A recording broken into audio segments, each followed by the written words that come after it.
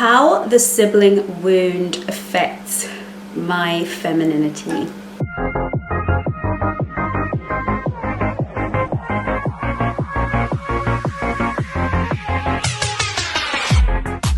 Hello, my name is Chengi. I am your dating and relationship expert here at Black Swan Relationship Academy, right here where my coaches and I teach you how to present as a high value, high status, high worth feminine woman that high value masculine men completely adore.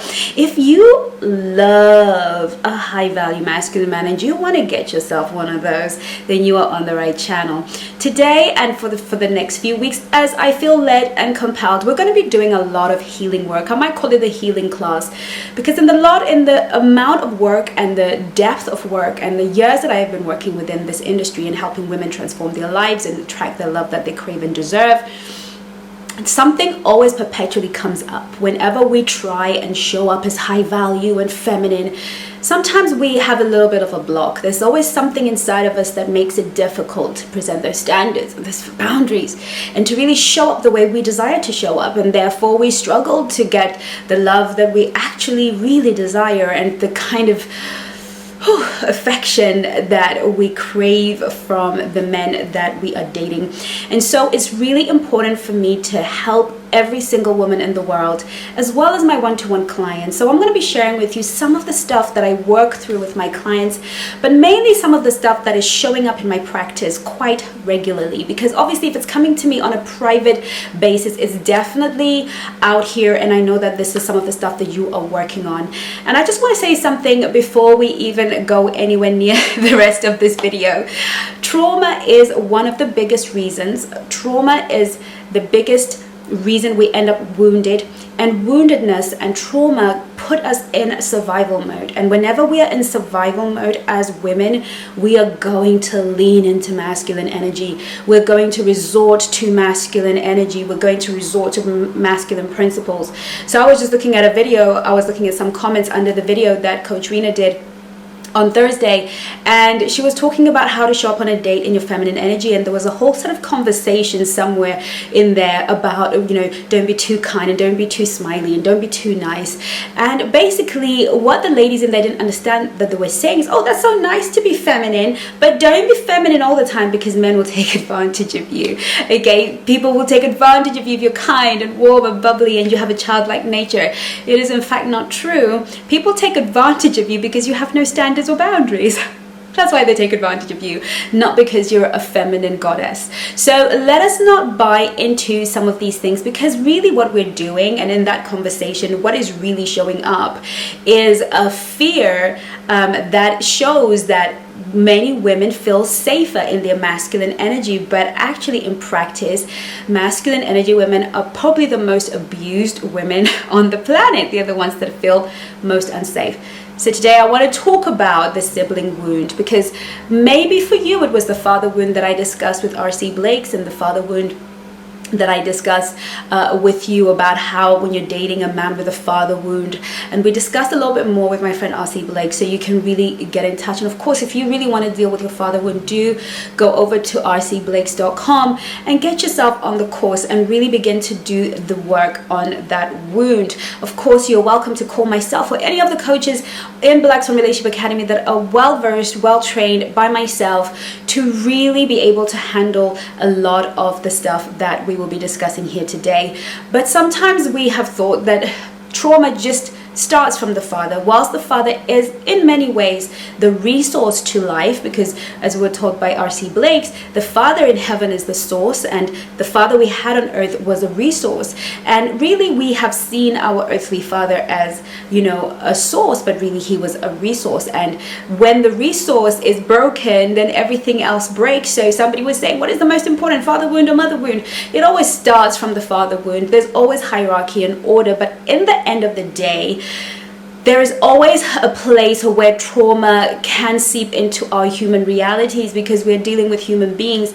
And for the most part, it really has to do with those who are caregivers in our lives. You can have a father that is healthy and a mother that is healthy, but can leave you with a childcare, or go to school and your teacher may have said something, and we may explore the teacher wound or the caregiver wound. You know, the people that were taking care of you, you know, while your parents went to work, or a teacher that perhaps abused you. And we can look at those sort of adult relationships that we had as children, the child and adult relationship that we had. But today I really want to explore the sibling wound, because it's something that has come up for myself for sure, and something that, you know, that comes up a lot in my practice. So without further ado, because I love spending time with you and sharing my thoughts, let's quickly go past this one.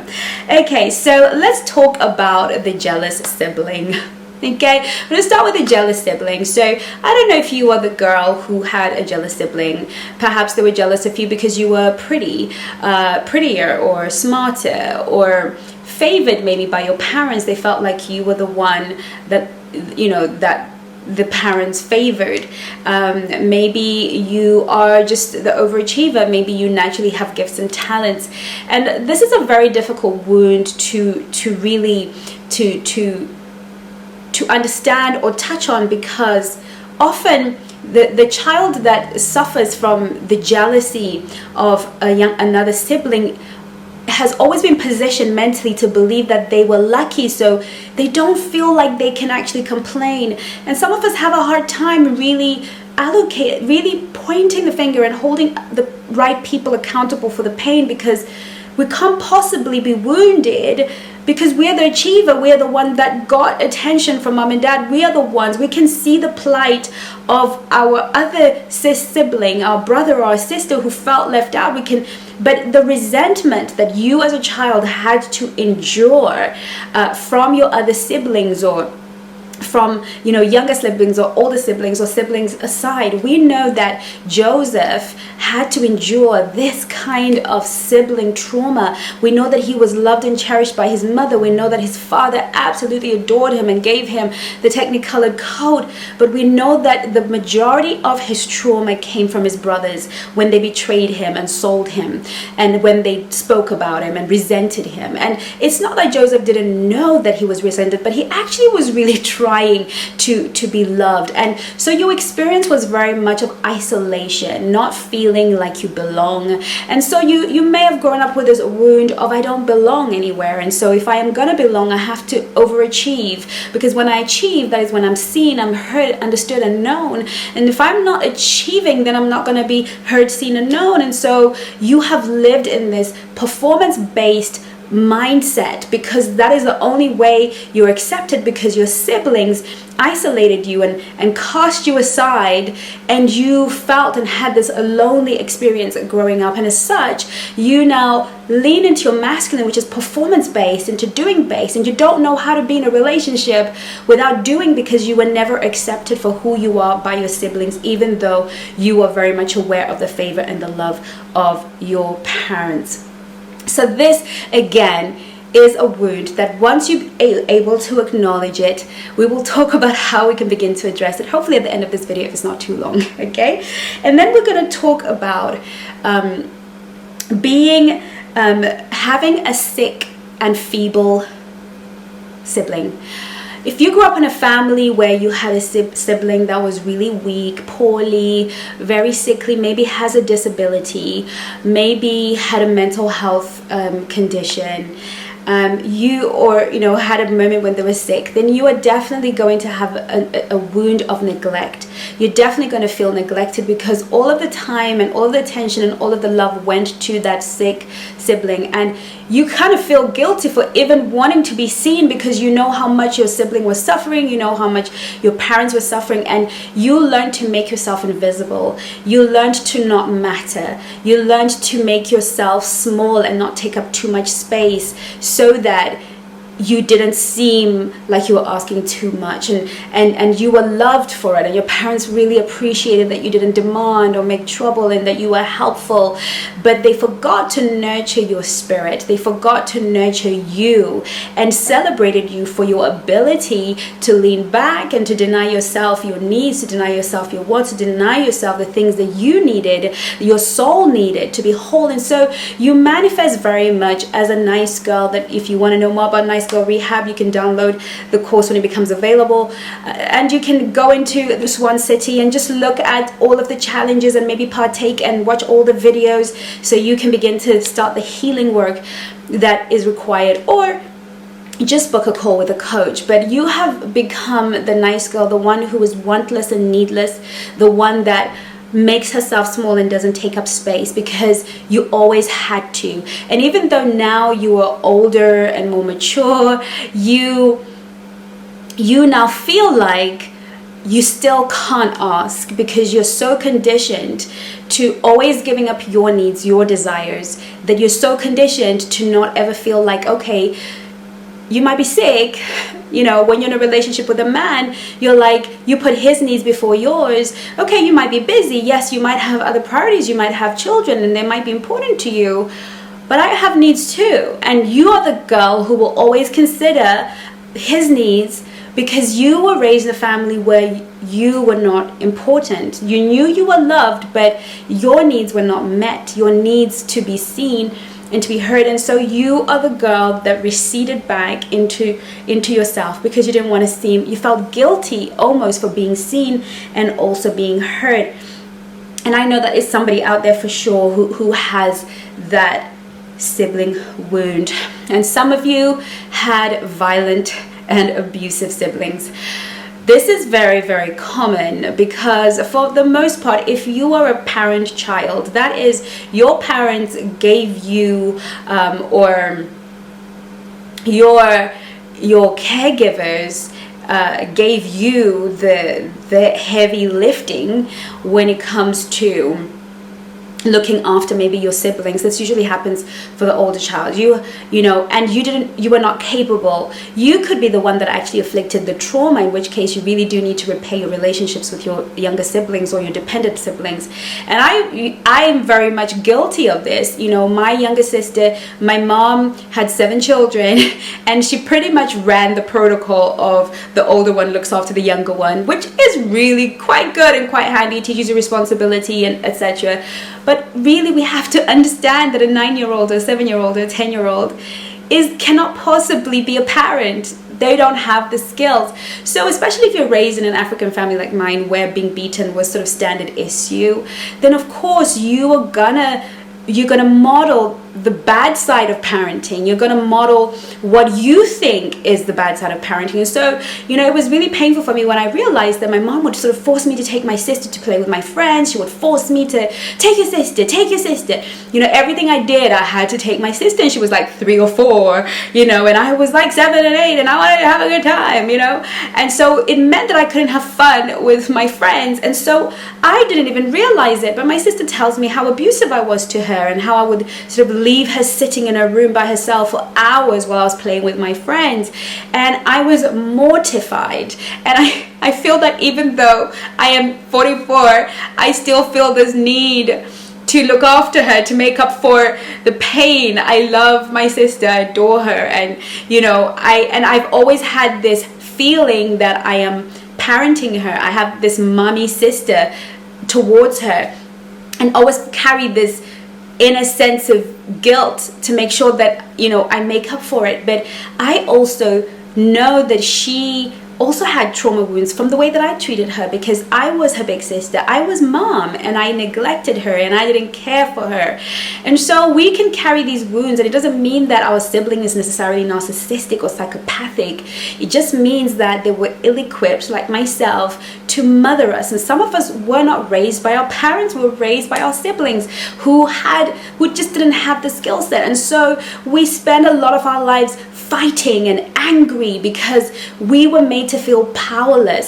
And as parents, we really need to understand that teenagers are not the suitable carers for our children. Yes, that your teenage child or your older child might be responsible, but they simply do not have the tools. And whilst they can help you for an hour or so, please don't leave your kids with, you know, a teenager and go away for hours thinking that they're going to be taken care of. Yes, they won't die. Yes, they will eat and sleep, but the trauma that can happen just in a child's life in 1 minute. And you know, when I sit with my clients and they tell me of one moment that defined their identity just because somebody did something, and that moment then began to ricochet and create this toxic identity.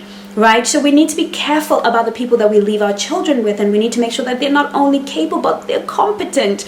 You know, and a teenager can be capable but not competent, and you could be that sibling who was on the receiving end of emotional violence or, you know, physical violence. And yes, you know, there's a lot of physical violence, you know, that can result when a sibling is put in the position of the parent. And it's not in all cases, but you could definitely be one of those people with that sibling wound where you just grew up feeling like you don't matter. And so when you're manifesting in relationships, you don't matter. You cower and you fear and you live in a state of fear, and everything that happens between you and a man is always read as rejection, is always read as disapproval, because there was this harsh, inexperienced, immature caregiver in your life. The next sibling wound is the narcissistic sibling. Now, the narcissistic sibling is one that sets out to wound and harm the other sibling. This is indeed a thing where you have a sibling that believes that the whole world revolves around them and has used their siblings as a punching bag. And a lot of these toxic sibling cycles, they don't actually end in childhood. We actually carry them through because our siblings tend to be the people that we do life with eventually, and their presence keeps reminding us that we're not good enough or we should be quiet, because these dynamics don't end in childhood. They continue, and because we don't know how to set boundaries even in our adult relationships with our siblings. And what I had to do, I love my siblings. I love my sisters. They're my number one cheerleaders. They're my number one supporters. If life gets me down, those chicks gonna hold me up. My sisters built me up, but they also raised me, and they didn't do an amazing job emotionally for me because I was quite, you know, I'm an empath and a highly sensitive person, which is like a double whammy of two traits that are actually quite make me very sensitive, and they would have not known that. And you know, there's kind of, they just did their best with what they had. You know, we as a sibling group went through a lot together. Our parents' separation and our parents' divorce, and that was a bit toxic and a bit difficult for us to deal with, and bless them, they did the best that they could. But I grew up feeling very much like it's them and me, and I was very kind of isolated. And because my siblings literally made all the decisions for me, you know, what I wore, what I ate, where I went, I really had no sense of self. And so it took me a long time, and it took them a long time to let me be an individual and respect me and my choices, that they are different and that I am an individual. It took them time, but it also took me bravely setting boundaries in place. Now, thankfully, I do not have any narcissistic siblings that I'm aware of. I do have a lot of these dynamics within my sibling world because there are 6 of us, and we all have our own personality and our own wounds and our own ways of manifesting. But you know, I can understand what it is like because I've had clients who have narcissistic siblings who are almost psychopathic, who live, breathe, you know, and I saw this very much in my aunts and uncles, and the dynamics they had that was super toxic, you know, where, you know, it didn't matter, they could steal from each other, beat each other up, and I mean, they always seemed to be this chaotic toxicity. So I have seen these sort of narcissistic, self-centered, egotistical, that really wound and harm the sibling. And then the problem is this sibling stalks you through life, and they continue to hold that position in your life. They continue to lean on you and drain you and take from you. And it's a horrible, horrible cycle that many of my clients that I've worked with have had to really put a stop to. And along with that comes the guilt, because we are our brother's keeper. It comes with guilt and shame, and these things we have to work through. We cannot invite a man into our lives. We cannot invite another adult to share life with us, to break bread with us, to share our emotional space when we are carrying all of this woundedness, we're carrying all of this trauma, right? So these are some of them. And of course, last but not least, there's so many other things that we can look at, but I don't want to make this video long because I just want to touch on the common things that come. Is if you come from either a single child household or a multiple household. So let's start with a child like myself, who was one of 7. Okay, it may be that your parents tried their best, they were great people, and you had a lot of love in your home, but there just wasn't enough love to go around and make sure that everyone was okay, and you were herded as cattle in a direction. Okay, there's so many amazing blessings to being so many. I really believe that being one of 7 was really helped my confidence. I always had friends, I always had a tribe behind me, so I was never one of those children who were kind of needy, because I had my friends at home and I had my friends at school and I had my protectors, and it was fantastic. And I love coming from a big family, but it can also be very lonely, and you can very much experience a neglect, because we need as children to know that me, Chengi, I matter. Not I matter as a collective, but I individually matter, because that's where my self-worth and my self-confidence comes from. And I'm going to be doing another video on how important self-worth and self-confidence is. So keep watching, and that's going to be on Wednesday, right? So if you were raised in that sort of herd situation, you could definitely be suffering from this sense of you're the person that always feels you either have to be heard and seen in a relationship, and sometimes you can end up coming out of the relationship a bit too forceful because you want attention, because you never got attention. So you're either seeking attention and you need a man to show you attention, and when you're in a relationship you need attention, and when you are with in a room full of other people and in your friend group, you are the one who needs the attention the most. You show attention on social media, and attention has become your big saboteur. You're the peacock, and you peacock in every situation, which is masculine energy, and so you are perpetually affecting your calm femininity because you never felt seen or heard. And for those of us who were single children of single parents, we can have the wound of feeling like we didn't have friends, right? And I've seen this a lot with single children, with children that are only children, like my son. Your friends and your relationships become an obsession to you, because you just grew up with this feeling that I'm alone, I don't have a tribe, I don't have a community.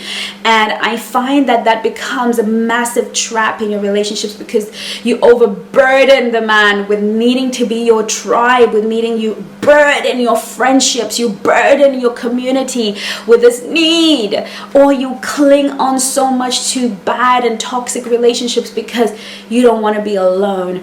I guess the fullness of this video is really to say that we all have some childhood trauma. We all have a missing piece. Now, what's really important for you is to figure out what that piece is for you and begin to do the interrogation work. And that starts with, for me, I don't know about anybody else, I either find a really good therapist. Not all therapists are built equal. Do not trust somebody because they say they're a therapist or they've got the letters after their name. You really have to date your therapist, really spend time and see, is there resonance? Does this person genuinely truly care? And are they capable of actually dealing with this? But if you can locate that person, I promise you, that's a fantastic road. But as for the Black Swan Relationship Academy, this is why I've created the Soulmate Attraction System course. This is why we have a bevy of qualified hardcore, dedicated, prayerful coaches that I have handpicked myself, trained myself every week for you in order for you to begin to tackle these issues. Ladies, we cannot seriously believe that we can have healthy relationships with the opposite sex if we can't even manage our close relationships, if we cannot manage our emotions and our compulsions around those relationships that are in our lives. What I really want for us in the Relationship Academy is for us to have healthy relationships all around, because what's broken in one area is usually broken in all areas. Once we begin to soothe and heal these wounds, and yes, it takes time, it takes work, it takes effort, it takes investment of time and money. Yes, I said it, the dirty word. It takes that investment, but sweetheart, you are totally worth it. It's not about Black Swan Relationship Academy, it's about you. You are worth it. And for a long time, I didn't believe that I was worth it. I invested in everything else, in shoes and bags and clothes and in things, because those things I thought would give me worth and would give me value. Until the day that I decided that I need to invest in me, I need to invest in my mind, I need to invest in how I think, I need to invest in being the best version of myself. Then and only then was I able to really be high value and create the life, the business that was a reflection of my truest self. And whilst I was chasing these things, I wasn't making headway as an entrepreneur. I wasn't making headway as a coach, because I thought that if I just get the right branding or the right stuff, but it starts from within, investing in your mind and in your heart and in the healing process. And I know that we can't all afford it right now, but it should be your priority. It should be in your budget. And I also want to say this.